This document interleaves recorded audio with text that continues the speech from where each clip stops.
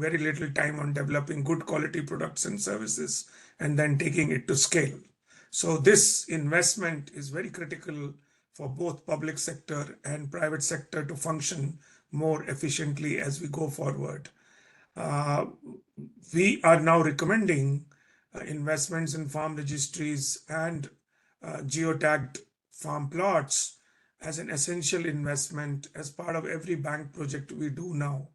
And today's event, in which our two leading countries in that area, Kenya and Philippines, will share their experience. This is an informal interaction. This is not our usual webinar learning series in which we would like the teams to ask each other questions and other participants to ask questions from each other. So there's a very informal conversation as opposed to only structured presentations. So I would welcome that also there. In terms of our own work program, we have in plan 60 countries to do digital farmer registries by 2030. So it's quite an ambitious program. And today's event is a very important one since these countries have spent a lot of time in developing these systems and have invested very systematically. And I'm very glad that all our people who are leading this initiative in these countries are with us to share their experiences. So I will introduce everyone as they come to talk. I'll introduce them because it's a very impressive set of panel we have today. So first, and the format is that people will present for 10 to 12 minutes, and then all the 5 presenters, and then we might decide that if we have too many questions piling up on the chat, we might break a little bit and ask some questions in between and then go to the next set of presenters, because listening to 5 presenters 12 minutes each sometimes can become very unnerving for the people who are hearing it. So I will break the monotony a little bit using my discretion in between to do that. Depends on what kind of questions you're asking for chat. I would also request all the presenters to also ask questions to each other, because it's a more discussion between Philippines and Kenya as well, what we are trying to facilitate here. So please feel free. If you have any question, then you can ask that question, and then I'll make sure that we can break it in between. So without further ado, I would like to introduce our first presenter today. It's Tom Dania. He's the Director of Agriculture Statistics in Ministry of Agriculture and Livestock Development in Kenya. He's played a lot of key roles in agriculture census in 2019, transformation growth strategy, digitization strategy, and a lot of and also the Kenya integrated agriculture management information systems, and then also farm registries, and then e-voucher program, which was used for fertilizer subsidy. So he has been part of all the key initiatives which have happened in Kenya. And so over to you, Tom. Thank you. So I will come back to you after 10 minutes to remind you that you have to stop so that I can keep time well. Tom, over to you. Thank you very much, Pamish, for a good introduction. Without wasting time, I think we'll go straight to the presentation. My name is Tom Dienya. I work in the ministry. I'm the director in charge of statistics. I've been in the ministry over 15 years doing statistics work. So I want to start with the next slide. This is about the brief about Kenya. The size of the land, about 581,000 kilometers square. Population estimate of 52 million.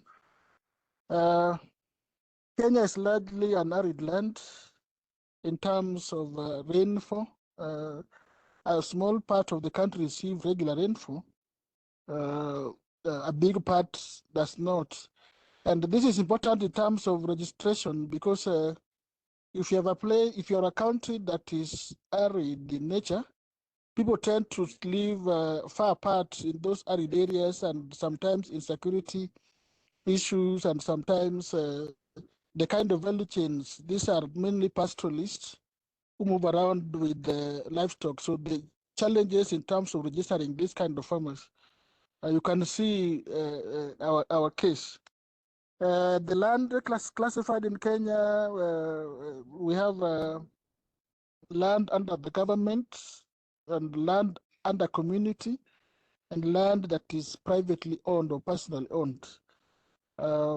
This again is important when you are registering farmers, because community-owned land, when you are allocating land to individual farmers, we don't allocate community-owned land unless part of that land has been allocated to you individually as a farmer. Otherwise, it remains community land. Um, uh, the agriculture sector is the largest contributor to GDP in Kenya, contributing about 25% and employs about 40% of total population, and 75% of the rural population. The estimated value is 2.8 trillion Kenya shillings, or about 20 billion US dollars. And the major value chains in terms of what to produce most, horticulture leading, followed by tea, sugarcane. Then we have coffee and milk. Agriculture is devolved in Kenya. Devolved means that we have the national government and then county governments. We have 47 county governments. So normally the national government works together with the county government, but most of the activities are done by the county government.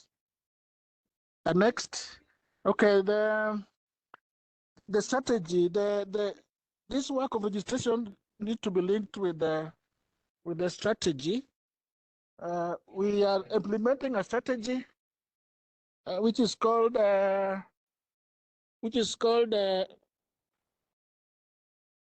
Agriculture Transformation and Growth Strategy from 2019 to 2029. And this strategy was developed with the digital and data in mind.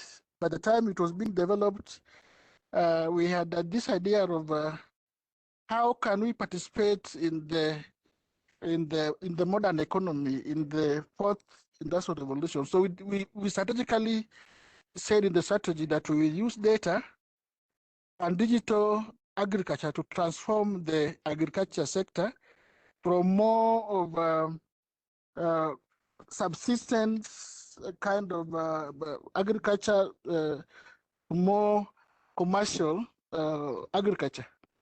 And in the strategy, we said that data and digitalization will be the enablers, the key enablers, the support base for the envisaged transformation.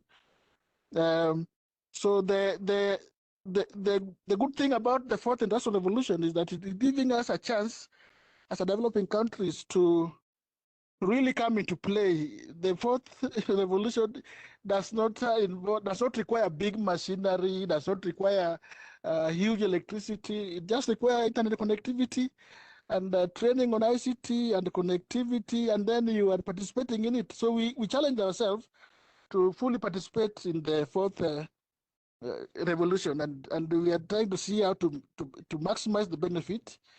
And Kenya is ranked highly in terms of ICT development, internet connectivity, internet speed, mobile phone penetrations, and we are calling ourselves the Silicon Savannah. Actually there's land dedicated by the government. It is called Konza City, where we want to have a silicon digital center for Africa and for Kenya. Next slide.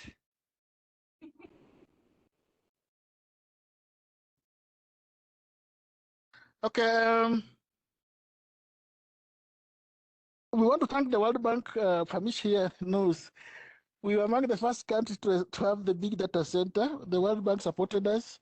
This is key, one of the key infrastructure required by the country, because you need this center to hold a database, to make sure the database is secure, the database is well managed, and so on. So it is a very, very important investment required as you go to do the farmer registration. Then we want to give data, collect and give data. As a government, we are looking at it as a social good. For people to participate and get the digital dividend, they require data in large volumes. So we have decided that we are going to work very hard in terms of collecting data. And actually, tomorrow, we are launching in our website a platform we are calling Kilimo Start in our website, where we have put together over 100,000 data sets to be given freely to the citizen. Everybody can access the data, historical data from independence to current date, census data, farmer registration data, all that data, so that people can access the data and start using it. As Pamish said, the private sector always complain of lack of data, and the government data is more trusted, is more reliable. So you want to give the public and the private sector, everybody, free access to this database through the ministry website. It is there right now. If you have a chance, we'll log in the ministry website and see the data that we have placed there. So next slide. Yeah, we did the farmer registration and we have achieved what you had, 6.45 million farmers registered. If you look at our website, you get those different categories of farmers in terms of those doing crops, those doing livestock, those doing mixed farming. In terms of the granulation of the data, the number that represent female, youth, and so on, those with the different sizes of land, and registration also include mapping.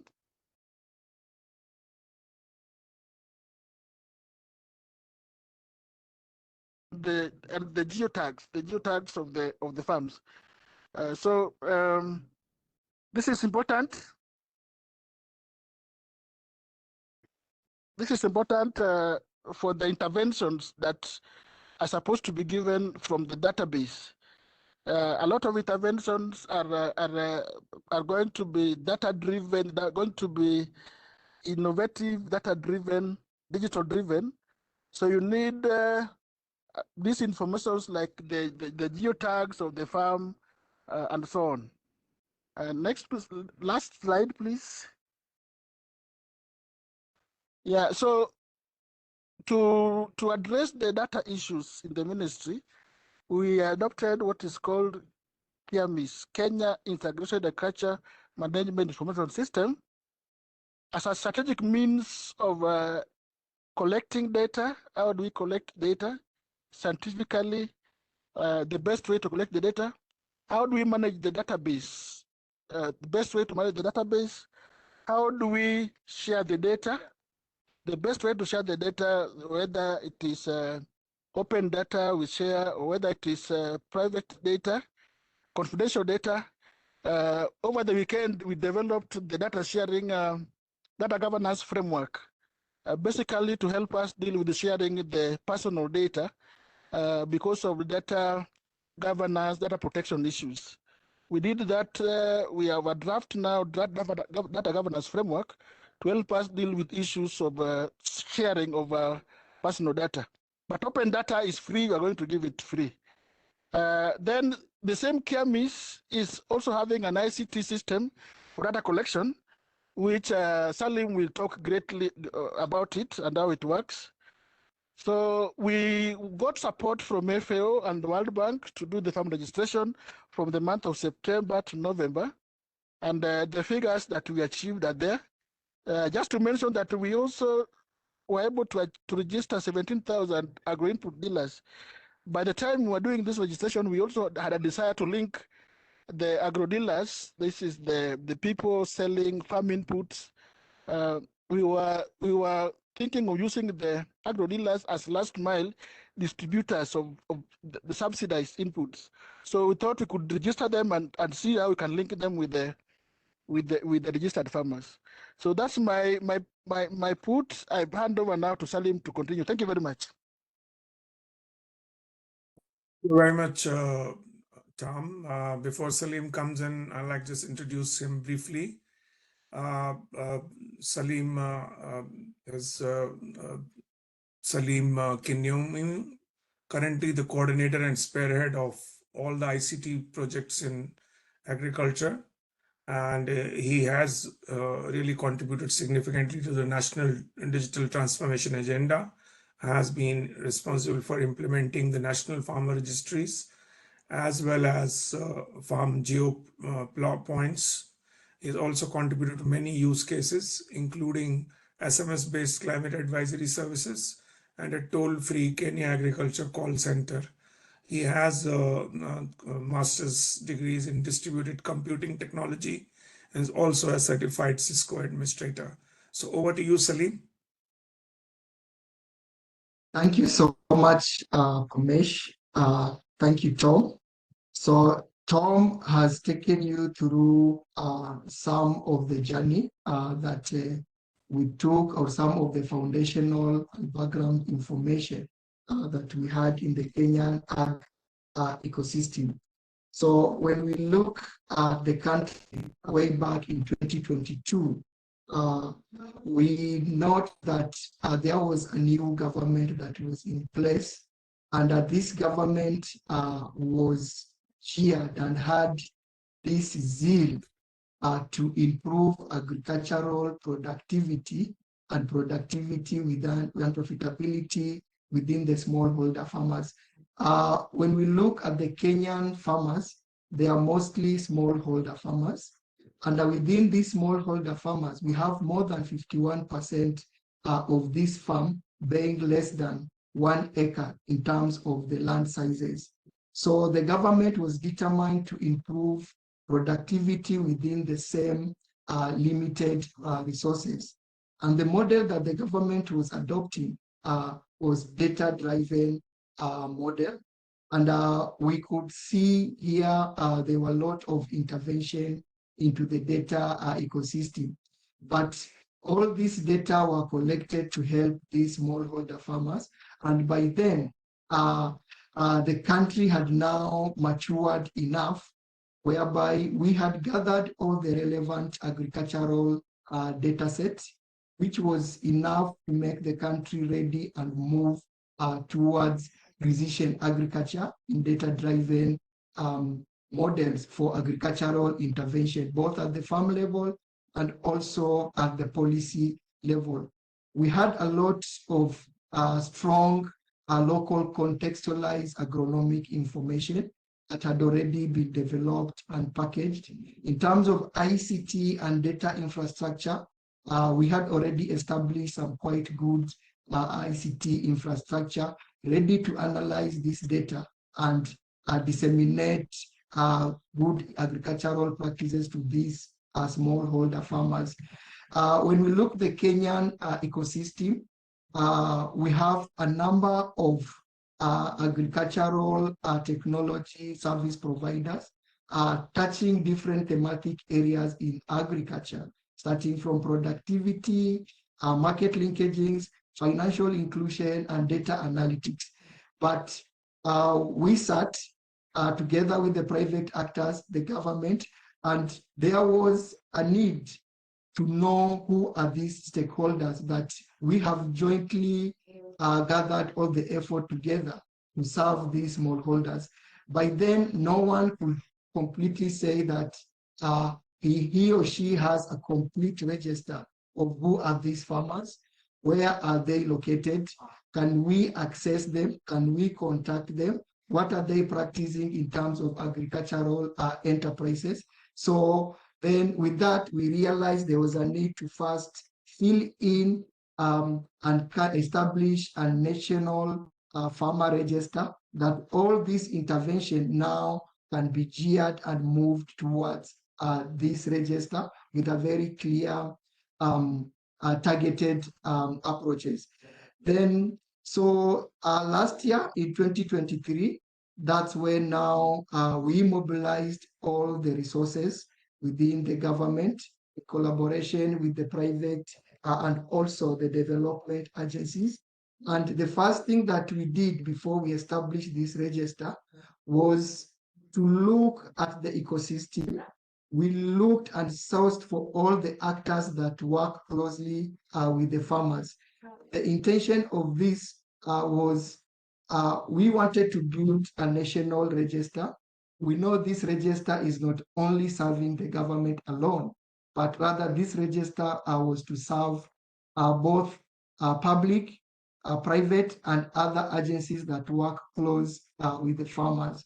So we call them together, meeting organized by the government, and we try to understand what is these requirements that they usually collect from the farmers.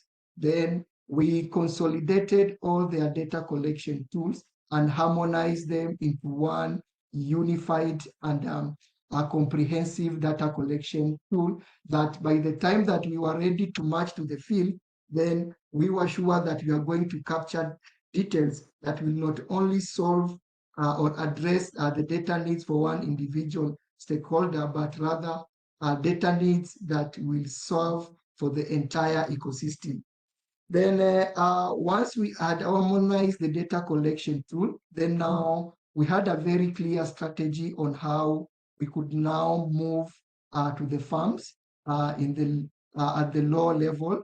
And here we were trying to see how best can we capture the entire household, and completely we enumerate any farming household within the local administration. So we adopted a national population census approach, whereby in this approach, and a smallest administrative unit, we have the country. Then now the country is subdivided to counties. In some countries, they are called states. And then now within the counties, we also have another smaller administrative subunit called ward. So now we went up to the ward level, and then now we logically subdivide these wards into numerous logical units that we called enumeration area. Every enumeration area could carry at least 90 to 150 farming households. And then we were now assigning this enumeration area to an enumerator. And this enumerator on the selection side, we were looking at enumerators with a very strong background on agriculture, and of course with the local, who are local within that administrative area, so that number one, they can be able to communicate in the local language, and then also they're also able to interpret and understand the local agricultural setup within that administrative unit. Then we also realized that most of the data that will be coming in, because we were focusing on getting a very accurate and more relevant data from this field. So we invested heavily on data quality check, not only from the data collection tool itself, which had some internal mechanism to do some basic quality check, but also on the data submission. As the enumerators were collecting this data in real time, we had some data analysts who were looking at this data, and in the event that the submitted record will be having an error, then we were able to revert back to the enumerator before they exit that enumeration area. So what had been a success factor to Kenya has been that we did a lot of sensitization and awareness. This is very critical because we were dealing with personal information data, which most of the farmers felt that this information is more confidential and private to them. So we did a lot of media awareness, and we were trying to educate the farmers on what incentives can they get by turning up and being registered into this national register. We also put it very clear to them that whatever we are collecting is of beneficial to you. And we also explain where all this data will be residing, how will it be used, and who will be having access to this data. On that, as we were implementing this national exercise, also ventured into reporting system, a very critical one, because as the exercise was ongoing, different actors, different government agencies were also following very clearly and very keenly closely, and they wanted a way on how they can be getting the most updated information and daily progress as this exercise was going on. So that's how we implemented or we marched to the field, and we were able to collect the 6.4 million records. Then now, when we look at this register, why were we looking, or what can we get now from this register? This register has been a game changer to the Kenyan ag ecosystem, because now with the farmer register, we are able to do some targeted intervention in terms of productivity and also linking these farmers to the market.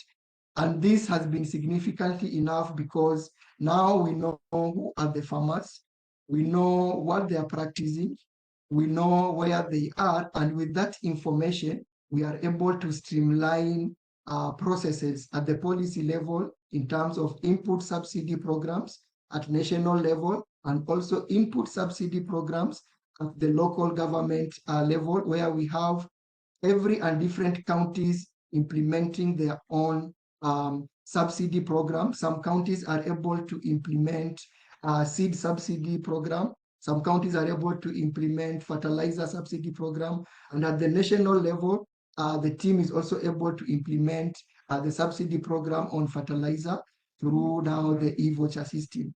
This data set has now brought about the transparency in terms of linking the farmers, because now we know what they are practicing, and also now searching for them and linking with them with the correct market for their produce. Then now, the register has also now given a foundational backbone for the collection of additional data sets. Now, as a country, from the register, we are able to follow back these farmers and able to collect routine data, dynamic data in terms of a day-to-day activity, what the farmers are doing, and also the transactional data. And it has formed a basis now for the additional data sets. Now that we have the register, the next step that we move towards our journey to precision agriculture is to map all the soil and come up with a soil health and soil fertility maps that can now be overlaid with the farmer register, because we have the GeoPoint, now be able to determine the soil characteristics for these farmers. Then with this data, because now we can see some similarities within the farmer register, we are able to profile and group these farmers into common interest groups and also into producer organization, and so many community groups are being built from this register.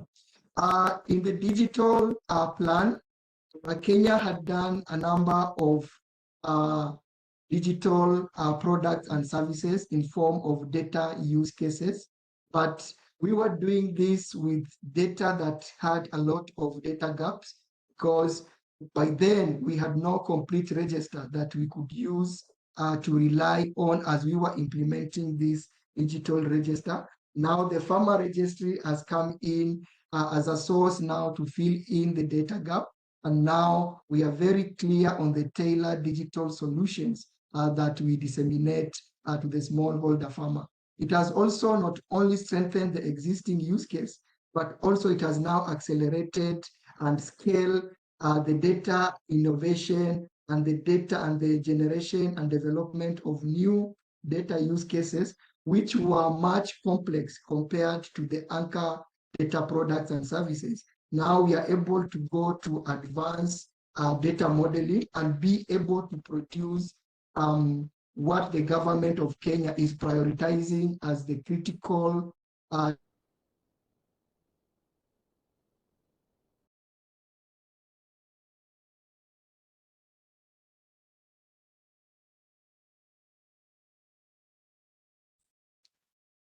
Sunil, have we lost Salim?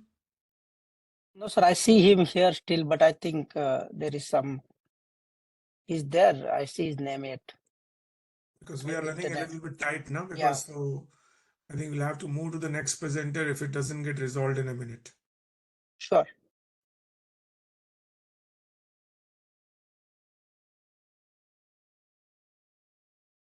Hello, Salim. Can you hear us?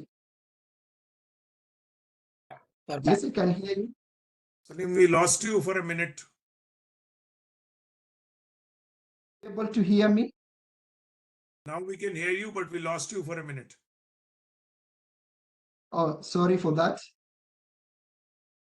Okay, so when we look at the values of what we can get from the farmer register, we are able now to have some targeted extension services in terms of extension advisories to this farmer. We are able to fill in the data gaps within our existing data use cases. And also, we are able now to accelerate new data innovation in terms of developing new data use cases. So when we look at some of the critical lessons that we want to share with our colleagues as some takeaway, please note that farmer register is not static. That's something that we came to realize. Farmer information changes from one season to the other. Whatever the farmers are providing in this season might change by the time we reach the next season. So in the Kenyan setup, we were able to come up with a very clear extension model whereby we will have some extension officers working closely with the farmers at the last mile. And as they will be transacting with the farmers, they will also be refreshing this register from time to time, so that at any given time, we will be having the most relevant and the most up-to-dateness information on the register. When you look at it, at establishing a farmer register, we can say this is like a more of like a one-off initial investment, but now maintaining this register now requires all those models on how this data can be refreshed from time to time, and also maintaining the relevanciness of this data due to the changing season. Farmers are also dynamic. Some could be increasing their acreage under production. Some could be shifting even the value chain or the enterprise that they are practicing. Then the other thing that we also learned as we were gathering the stakeholders' requirements, the data requirements during the harmonization of the data collection tool, we realized we could not afford to collect everything at once. So we decided to start with the fundamental, what every stakeholder, the majority wants. And then now, once we have now started, we are now moving ahead and building on what we had already developed. Like now, currently in Kenya, as we were doing as we were establishing and set up the farmer register, we could not afford to capture the field boundaries because of the large farm size in some area. In some areas, the farmers themselves have some bushy land boundaries. So we were not able to accommodate that. But now that we already know the farmers, now we are visiting them back now to incorporate the crop boundaries as a way of building the already existing data or the already existing register. So we started with what we could do as of last year, and now we are building on it. So we didn't wait to do everything at a one go. Then also very important because of the dynamic nature of the country, we had to incorporate everyone. Everyone who is working closely with the farmer, we had to bring them on board, including the national government, including the local security agencies, including the local community and the religious leaders, and also the development partners, because we realize all these actors, they have a very unique role that they could play to ensure that the farmer registration exercise could be a success. And this was very good for us because the security agencies were able to handle issues of securities in the last mile as we were approaching the farmers. Some community were hostile, but of course, with the support from the local authorities, we were able to navigate and be able to register these farmers. And then now, importantly to the farmer's concern was how are we going to use this data? So issues of data privacy was a very paramount thing. And what we can also share with colleagues is that before you embark into this journey or before you march to the field, it is important to come up with a governance framework that clearly defines issues to deal with access rights, issues to deal with data storage, issues to deal with data stewardship and data ownership, and also importantly, the use of this data. And of course, like in Kenya, authorities that are working data protection and regulation. So it is good to have their buy-in in form of compliance, so that as you will be collecting and harvesting this data, everyone will be now on the same page and you'll be able to have complied with all the laws within that land. Thank you. So I'll stop there. Take back to you, Parmesh, Salim, before. yeah, very rich and tells what the preconditions required, what's required to maintain it, what's the data architecture required to do it. It gives us a lot of insights into what accompanies the data registration. Data registration is not a simple process. You have to do a lot of things before, during, and after. So it's not one-off. It is a kind of a commitment to create this architecture on a sustained basis. Thanks a lot. So we are running a little bit behind time, so I request the third presenter to be shorter so that we get a chance for Philippines team to really get time to talk about it. So I would now bring in Eliud Baraka. He is the lead of data and digital agriculture in World Bank supported food system resilience project. He is also working on many similar projects which are sponsored by other institutions, including the Gates Foundation sponsored geospatial risk management system for plant pest and diseases. He's also working on desert locust and response systems and a number of similar projects there. He has a he has a very interesting background. He has an MS in security studies and BS in horticulture. He's also worked with Kenya Army as a GIS technician before joining the Ministry of Agriculture and Livestock Development. Over to you, Eliud. Can you now finish if possible, in 8 to 9 minutes so that we have more time for discussion? Thank you. Thank you, Pamesh, and good evening, colleagues. It's a good opportunity, and I think my colleagues, Tom has mentioned everything about the strategic level intervention in data and digital agriculture. And Salim has come in to describe the operational level initiatives. And I could see our colleagues in Philippines clapping. It's still not a time to clap from where we sit, because until the farmer is happy, that's when we'll start celebrating. So why is this register important? And I think this has been mentioned by Salim. Until we are able to use that database to spread knowledge and skills that can help in improving production and of course increase farmer income, then we still have a long way to go. And this will be done by ensuring that that database also supports financial inclusion, of course promoting market linkages and helping in precision agriculture by collecting valuable data. Next slide, please.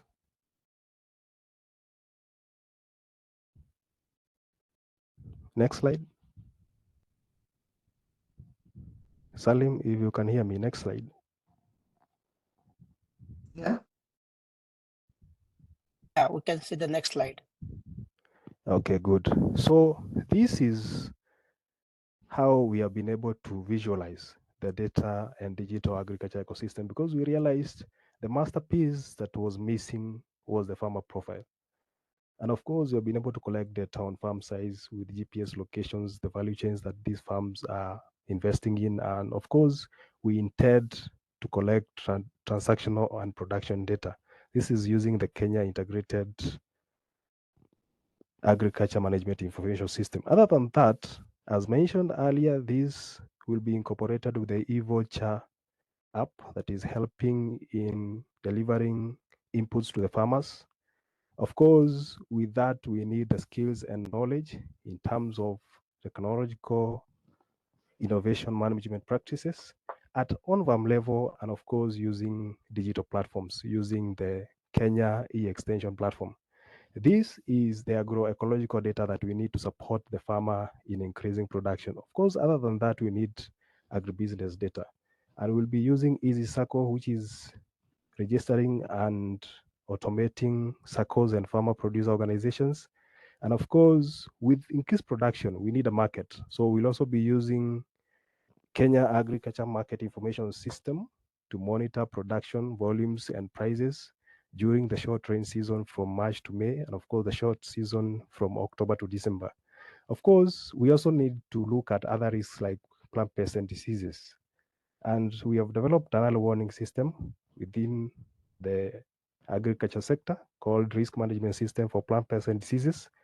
And of course, we understand that productivity issues need a clear understanding of soil characteristics. And there is a serious investment that is being done to develop a soil fertility, soil health management platform. And finally, we need advisories to guide production of the value chains.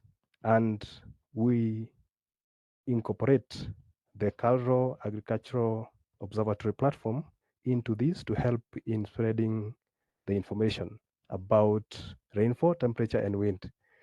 These data sets are important, but until we transform these data into information, and from information to knowledge, knowledge that can help in solving problems, then we still have a long way to go. So we are looking at these data set to be collected using surveys, secondary data that is available from historical time series records, surveys, and data logs, of course, surveillance and remote sensing as alternative tools.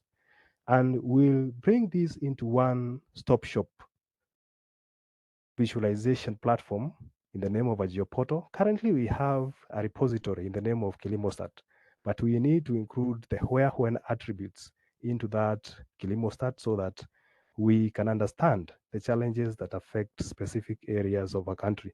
Of course, with this kind of data set, it needs to be clean so that we are deriving insights that are useful from valid, credible information, and of course, process, analyze, and visualize this into a simple format that even a layman can understand. And machine learning and artificial intelligence will help in this to generate reports to the strategic level managers at the ministry and other organizations, including regional and international agencies. And of course, of the key importance is feedback loop to the farmers from where this data is being collected, of course, and agro dealers. And we have highlighted all the stakeholders who will play a critical role at tactical level, operational level, and strategic level areas to help us in managing this data. Next slide. So at the end of the day, we want to measure contribution of data and digital agriculture to the national development goals, and of course, the international development goals. So we would want to see how data and digital agriculture interventions, the tools, services, and products contribute into reducing crop loss, increasing yield, of course, increasing income at household level and at national level in terms of contribution to GDP, and of course, helping in social inclusion to ensure no one is left behind. And this will help in also reducing food insecurity people and enhance resilience of agro-food systems by adopting climate smart resilience practices, and of course, assure households of an income, and these will contribute to having a healthy population. Thank you very much. It's a lot, Eliud. Really, you're rounding it off quite well by showing the overall perspective of where does farmer registry fit into the scheme of things, into other data which is coming in, because it's not the only input. It has to be integrated into a bigger set of things. So before I now switch over to our Philippines colleagues, just a couple of questions which have come from the audience. Also, like Klaus Dellinger is asking us, are you, Salim, that can you comment on the level of coverage of farmers you have achieved? And also, are you digitizing individual parcels which would be required for soil fertility and precision agriculture as we go forward? Can you answer that question, Salim? Okay, thank you. Thank you. So in terms of coverage, we were able to cover the way we were implementing this, we segregated the counties into urban counties and rural county. So Kenya has 47 counties, and we were able to cover 45 counties out of the 47 county. The two counties are purely urban counties with very minimal farmers. But now, for us, farmer registration is not a one-off thing. It is a continuous activity. Currently, we have provided mechanism on how these farmers, the small farmers within the urban areas, can also be able to be registered. And also those farmers that also within the rural areas. Some farmers still had lots of fears, even after doing the massive sensitization, and they were absent as we were implementing this activity. So we have also given them a chance for them to be registered and be onboarded into the register. More so now that they are seeing some of the incentive that is coming along by being registered by the government. Thank you.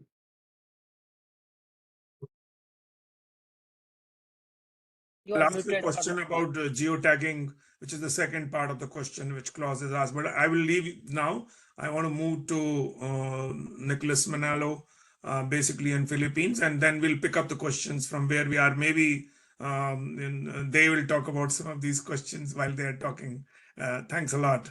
So a great pleasure in introducing Nicholas Manalo, Assistant Secretary for Operations of Department of Agriculture, and also OIC National Project Director of the Philippines. And he has also a very distinguished career in Department of Agriculture. And he is also the National Project Director for the Philippines Rural Development Project. He has been with the DA for past 21 years and has led a number of important initiatives, which you can see in the bio part of it.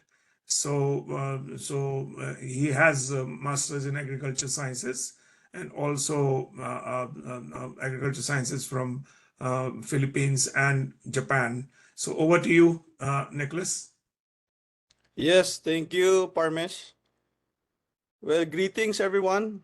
Before I start our sharing, allow me first to express our gratitude to the World Bank for organizing this webinar.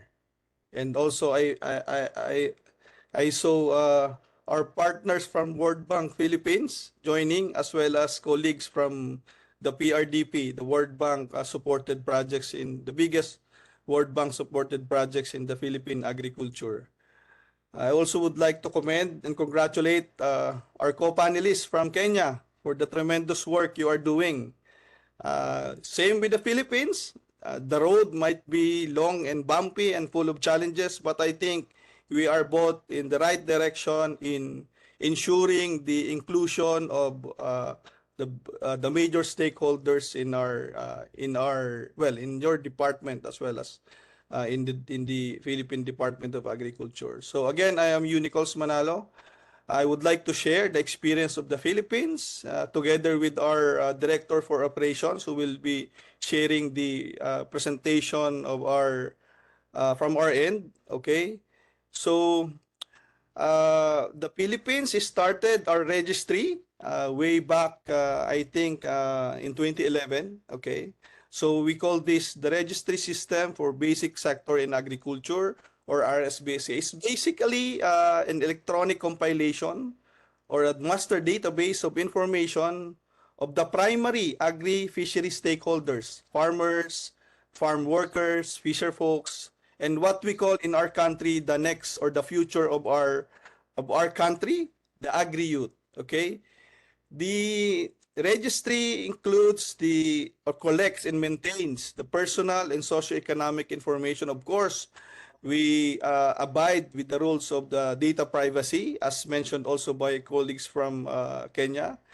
It also includes agri-fishery activities and livelihood information, as well as captures interventions that were received by our stakeholders from the programs and projects implemented by our department. Okay, next slide, please. Okay, I mentioned that we started working in 2011, but these are the challenges. Okay, to provide a brief context. The Department of Agriculture faced several challenges surrounding the lack of accessible, usable data and information on farmers and fisher folks.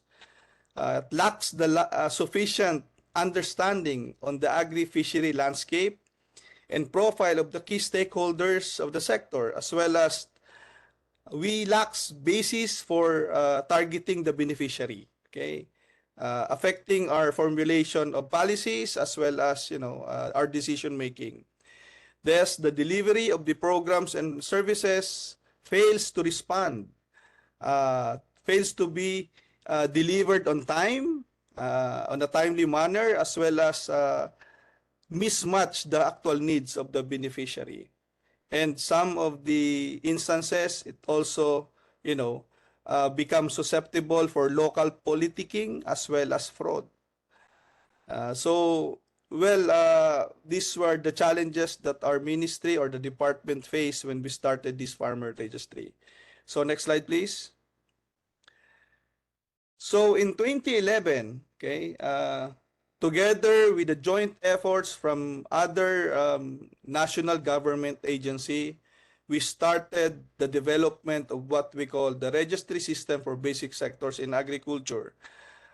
Next slide. And for the next 7 years, we registered around almost 9.7 million registrant in the system, but we recognize the challenges, the validity, the integrity of the system. That's why in 2018 we started updating the registry.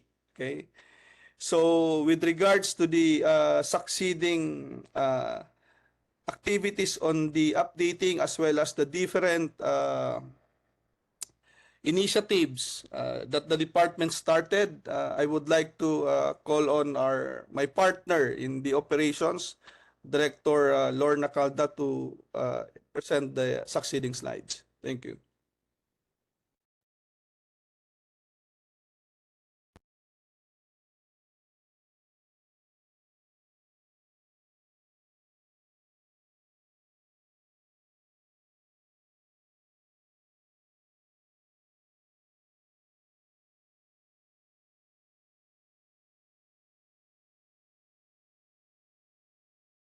Director Lorna. Lorna, are you there? Yes. Good day, everyone. I am Lorna Calda, and I will be proceeding to discuss the current situation and implementation of the digitalization efforts of the RSBSA. Flashed on the screen is the RSBSA Master Data Dashboard as of May 22, 2024, which shows that the Philippine Digital Farmer Registry now has a total captured 9.4 million agri-fishery stakeholders nationwide. 59% of it are male and 41% are female. And as the data speaks, the Philippines is predominantly composed of smallholder rice farmers tilling 1 hectare or less. Part of the ongoing initiatives to keep the registry updated is to continually strive to be the primary source of up-to-date information on individual stakeholders in order for the department to enhance efficiency of delivering agri-fishery services and interventions, to effectively monitor programs and projects for the farmers and fisher folk, and to facilitate formulation of responsive and data-driven policies and programs for the agri-fisheries sector. To achieve the said objectives, the RSBSA strategically implemented three components. Component 1 for the profiling of farmers and fisherfolk, and Component 2 for the referencing of farm parcels, and for Component 3 for the developing of an integrated interventions monitoring system. The profiling of farmers and fisherfolk component has the following key features and activities. The primary activity of the profiling component of the RSBSA is the registration of individuals, which are categorized as farmers, farm workers, fisherfolk, and agri-youth. The registrant would only have to submit the accomplished enrollment form and attach supporting documents to the city or municipal agriculture office, have these documents verified by the city or municipal agriculture office, and eventually encoded and validated at the DA regional field offices. To digitize the forms to encoding, the department has already developed two applications. One is the RSBSA profiling platform for the regional users, and one for the local government units users. The RSBSA profiling platforms are equipped with the following key modules and features: for encoding data sets collected through the form, for checking probable duplicates, records, and registrants, the dashboard and analytic of registry, and the data quality tools to ensure accuracy and veracity of information maintained in the registry. Once the enrollment form has been successfully encoded and has passed validation measures, the registrant may use this tool, the RSBSA Finder, to check the status of their successful registration. The RSBSA Finder is a public search engine wherein the registrants enter their basic personal information, such as full name, sex, and birthday. The application will return the result in a form of a temporary digital RSBSA ID, including indicating the unique registry identification number of the individual. The RSBSA also takes into account other existing registries inside and outside the department, and is continuously working on its integration with them through cross-matching of databases, record ingestion, and data sharing with other national government agencies, especially the Philippine Identification System, or PhilSys, which handles the Philippine National ID. This aims at consistency or identity of an individual across the different databases of the department.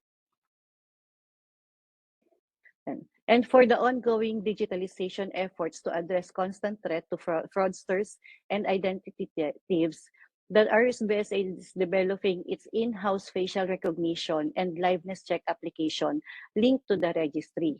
The RSBSA also maximizes the API authentication services of the Philippine Identification System, offering biometric technology for identity verification. The second component of the RSBSA is the geo-referencing of farm parcels. This component has the following key activities and features. First is the mapping and measurement of farm parcels through Global Positioning System, or the GPS.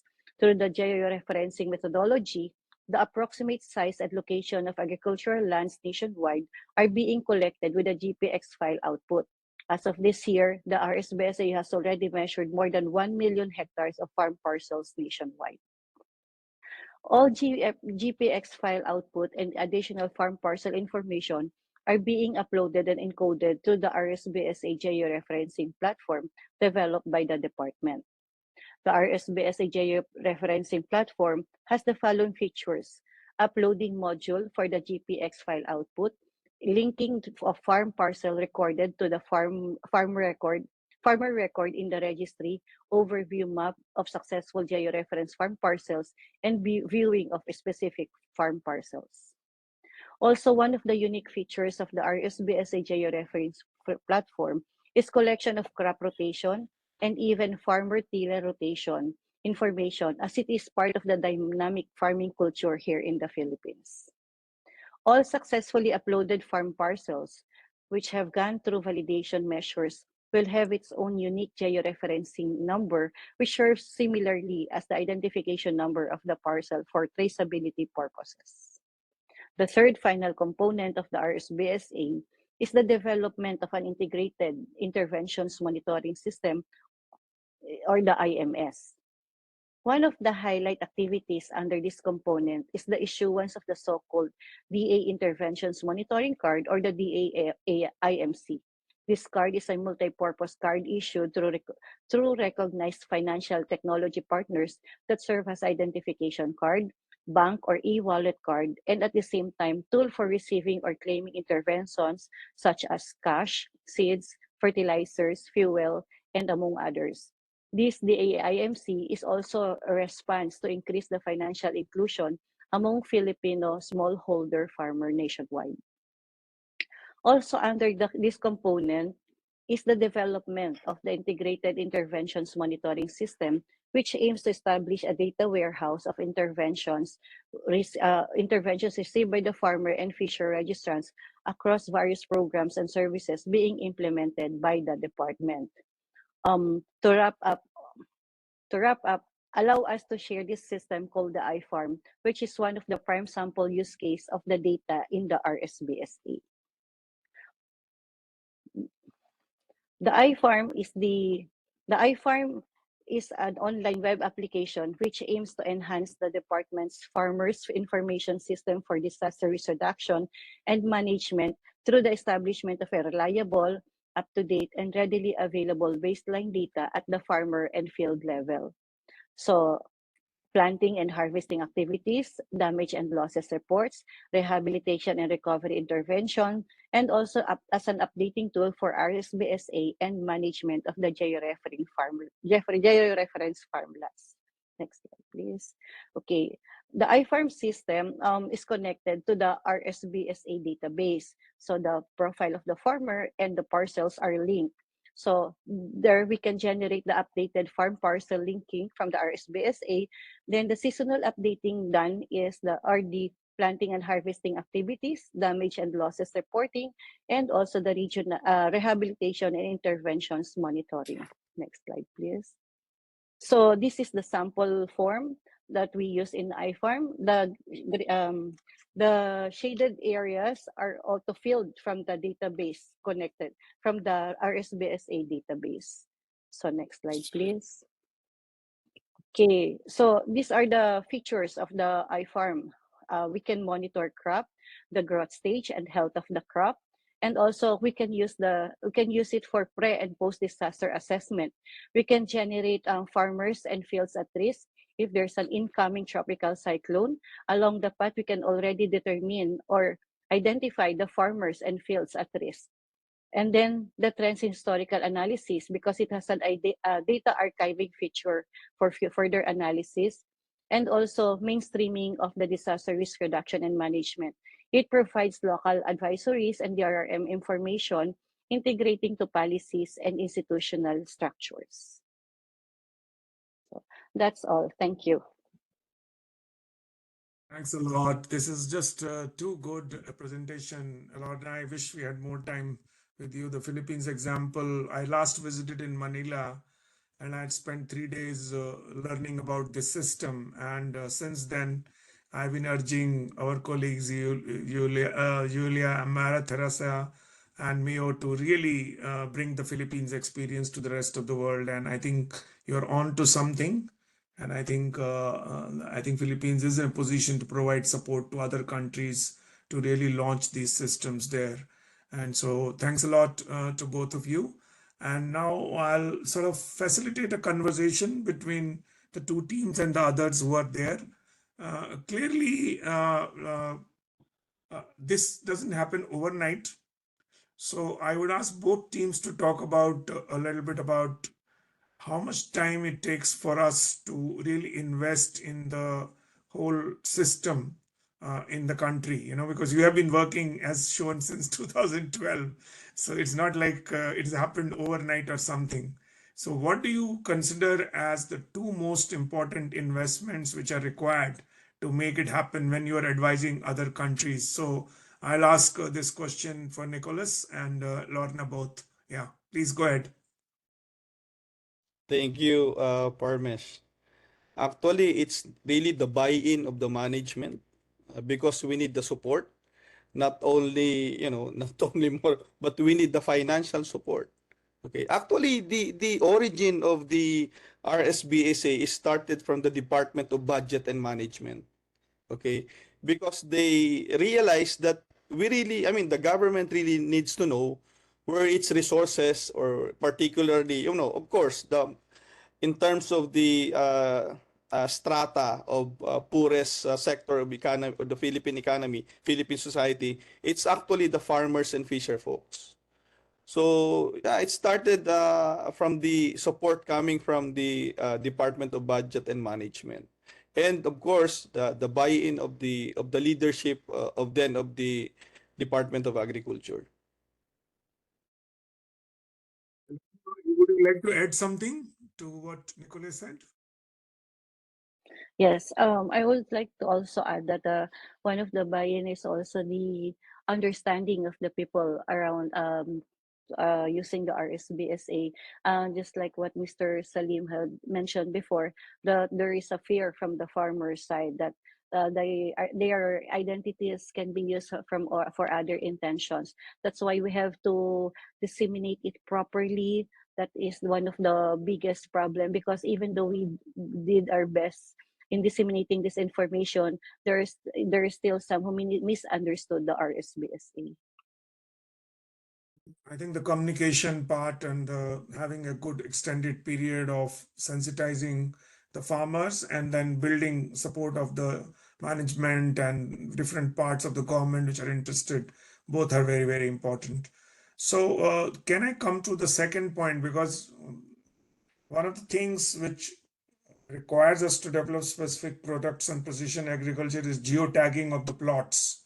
So can you talk a little bit about how you managed to really build the field boundaries and geo-tagging of the plots, which are more GIS enabled? Can you talk a little bit about that? And I'll ask the same question to our Kenyan colleagues also after that. Please go ahead. Actually, it's it's just a new feature of the RSBSA, the geo-referencing. But in terms of experience in geotagging, one of the World Bank supported, which is also, still being implemented now, is the PRDP, who started geotagging. And I think it was other department of the national government, particularly the Public Works and Highways, followed suit in utilizing this technology.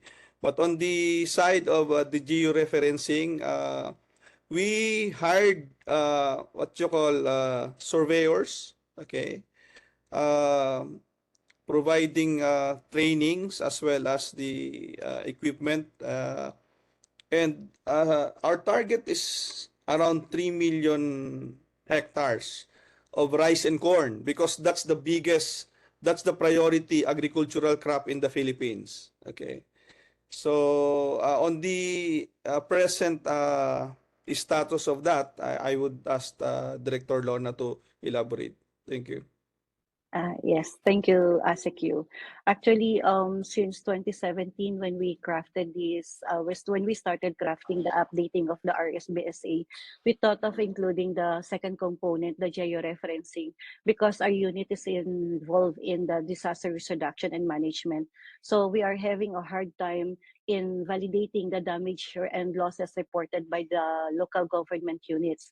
So that's why, and also there are times that interventions are being questioned by the farmers affected. They're saying that they are affected, but why they were not given interventions? Or this farmer is not affected, but why is he receiving interventions? So that's why we thought of linking the farmer and the georeference farm parcels, so that once we complete this baseline data, we can already easily identify who are the legitimate farmers, who are the legitimate beneficiaries that should receive the interventions being given by the department. So that's all. Thank you. Thanks a lot, Lorna. So, Salim, if you can also talk about the plotting, because what is happening is that because of the Earth observation data, it is possible to plot things through the Earth observation data and combine it with the sample surveys. And there is a kind of a tool which can help to be done that. And we'll talk to you later on that, because that will probably help us create satellite imageries of all the plots there and have to be able to observe both on the ground, but also through the Earth observation part, which I think should be done more and more because more imageries are available now. Salim, what are your thoughts on getting all the plots geotagged? Since we are moving to soil fertility, as you know, we're going to move to precision soil fertility advisory. And unless the plots are geotagged and the digital soil maps are linked with that, we will not be able to build those advisories. So what are your thoughts on combining the georeferencing and the geoplotting tagging with the farm registries? How do you look at that, and how are you approaching this? Thank you, Pamesh, for that.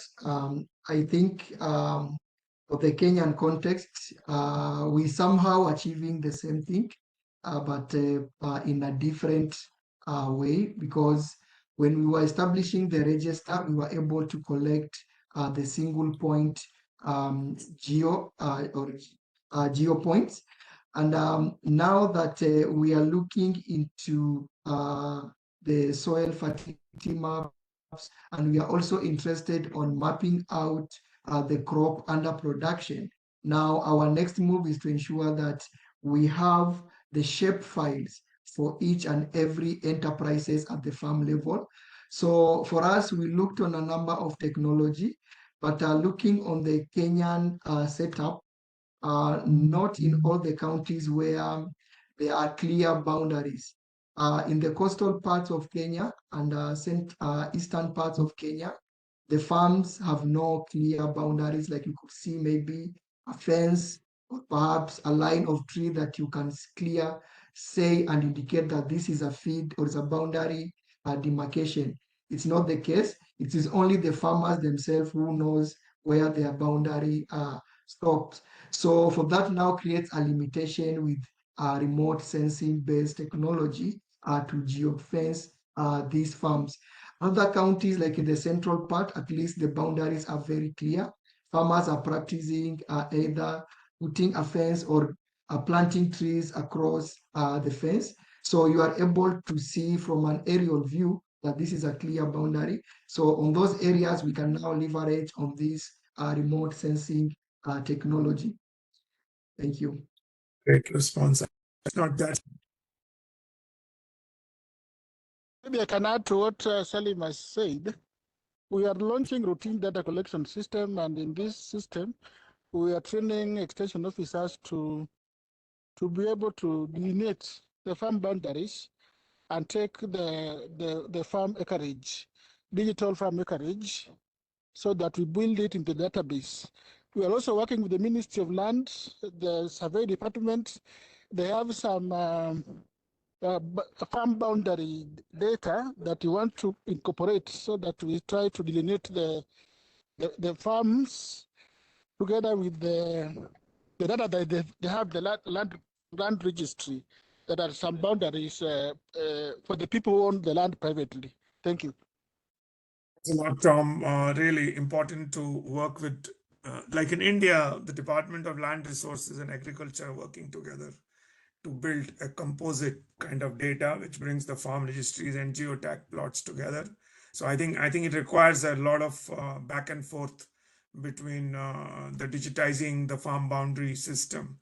And I think if it gets incorporated into the normal working of the institution, I think digitizing farm boundaries is happening at a much rapid rate on the ground because of availability of software and all which is available to that. So I think we are working on developing a guidance note for all the teams which are working on it, learning from you, and then bringing all the global experiences together. Thanks a lot for your contribution. So before I can also ask the Kenyans to ask something to Philippines and Philippines to ask something to Kenyans, so that it's not only asked by me. So before that, just a question about the costs and where have you been able to find resources to invest in this, and what do you think how we should approach the financing of this farmer registries and the data systems to both the teams? Again, I'll start this time with first with Nicholas and Lorna, and then I'll come to Kenya team. Thank you, Parmesh. Well, it's the national government who provides funding for this registry. Uh, we're still working on partnering with the some of the local government units that they can already start on their own. But again, as presented by Director Lorna earlier, we are also having discussions with other government agencies that are involved or has mandates in terms of registering Filipino citizens. As mentioned earlier, actually the Philippine ID system or the PhilSys actually approached the department because of the very big data that are available in the department. Okay. They are partnering with us also in, well, you can say that they would want to join us in the conduct of caravans, okay, because we have existing programs wherein we conduct caravans registering farmers in the province and the municipalities. So currently it's the national government who's funding these efforts. Thank you.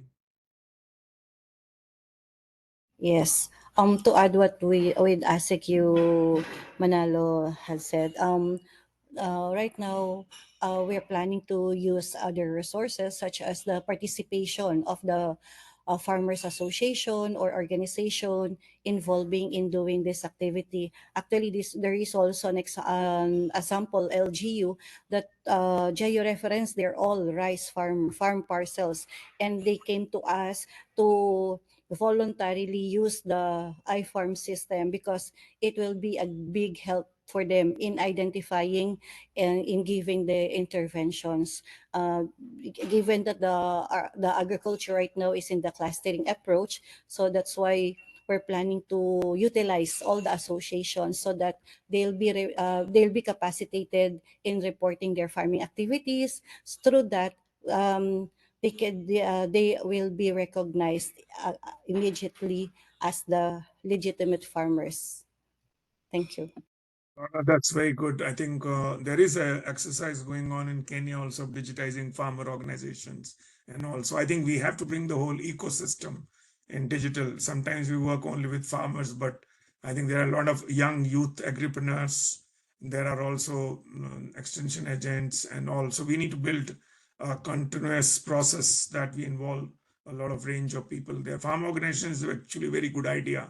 Then it becomes more vested because they are not doing registry because government's asking them to do. They're doing registry because they might access more credit and other services as a result of that. So this registry can't be sold as a kind of requirement only, but it has to add to use cases which come out of that. So I think we didn't talk about the use cases today, but I think we should talk about how, and I know Philippines, you are developing number of use cases around the registry as well. So Salim and Tom, can you talk a little bit about the financing of this? And then I'll also brief you a little bit about how we are trying to now combine in the bank investments in digitization through national IDs and farm registries together as one investment, because our digital team and our team are now going to work together so that we are able to bring all the identification systems under one platform, and so that the costs are reduced a little bit. Over to you, Salim and Tom. Thank you, Pamesh. Tom will come in with the financial part, but I'd like to just share an experience on your first question, where you are looking on the what is key as a fundamental investment for any other country that want to venture into establishment of a digital farm registry. I think looking at the Kenyan experience, the team at the national level we had lots of struggle in convincing the government officials in the local governments, because farmer registry is a soft investment. And looking at the local setup, they are more of like looking for, I can tag it as political mileage or something that is far much tangible than just a soft investment. So we had quite lots of difficulty to get the political buy-in, because the local leaders could not understand how can we spend like $2 to register a single farmer in their area, yet this money could be aggregated and perhaps we develop like a water bank, which is something that everyone could see, could touch, and could also benefit the community directly in a more faster way. But they were not understanding why we can consolidate just a register, spend all those money on the register. So we had some quite difficult time for them to make them understand why there's a need for this investment. Why, before we start with the water pan, can we start by knowing who are the stakeholders that requires this water pan? So I'd like to share that experience. And of course, when you're venturing into this investment, because of the fear and issues of data right and data privacy, it is good that these countries that are venturing into this exercise, they look at data storing being in the custody of the government, not in the hands of any private actor, because of this fear of data-related privacy and confidentiality. So I'll welcome my colleague Tom to talk about the financial. Yeah, thank you, colleagues. With the finances, we can say that for the one-off, the major registration, the country needs to plan well. And here, it's important the countries can talk with development partners to mobilize resources for this mass registration. But then for the continuous registration, it has to be inbuilt in the government budget. Just like the government is budgeting for the subsidy for provision of farmer support, then part of that fund is to be allocated for the field extension officers who are at the last mile to be able to continuously register farmers who want to register, and also use other means like online registration possible to minimize the costs. But in terms of sustainability, what we are saying is that we need to show the value of data. We need to provide data, analyze data, give it out. As people get the data, as they make use of the data, as the data environment becomes very active, investment in data is going to be there by the government. The government will have no choice but to allocate funds to be able to maintain the momentum. Me, what I know is that as we move into this space and start using data and start seeing how valuable the data work is, that the government will be able to allocate resources to continue doing this work. That's my perspective, and moving forward, we'll see this happening in Kenya. Thank you very much. Thanks a lot, Tom, and I appreciate your perspective. I think Philippines is also, I think, as Nicholas talked about that, it got integrated into the budget office, really bought it. So it's an imperative has to come from government, which wants to know where its resources are going, how are they efficiently being sent, how are the subsidies being utilized, and then the second part will come from the private side, and they will develop new products and services, which is still not happening to the extent it should.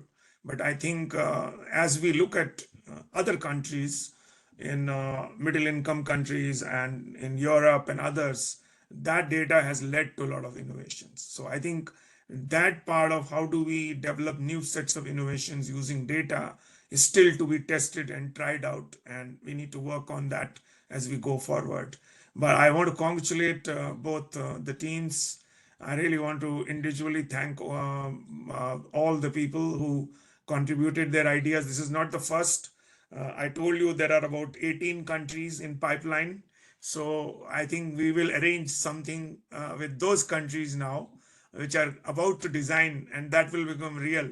And we hope we can create opportunities for both these teams to travel to other countries to advise them about how to do that. So we will create opportunities for the people on this call to be able to go to other countries to help them and support them, because then I think it will be real G2G TA also. We believe that our past experience has shown that government to government TA works extremely well, and this is the first step in that direction. So I would like to thank Nicola Manalo, Lorna Calda, Tom Denia, and Salim, and I'm forgetting one name, Eliud, also, for really making an excellent contribution. We are converting this today's webinar into a learning material, and it will be available on both YouTube and Open Learning Campus. So if you want to use that channel to also share what you are doing, please go ahead and feel free to use it. And then we will also be actively in touch with you how we can codify this knowledge and learning and offer to the next 16 countries which are coming in line. And thanks everyone else who was on the call and who was trying to put very good questions. I hope we were able to take some of them, and look forward to the next interaction in this G2G series. Thank you very much. Take care. Bye-bye. Thank you.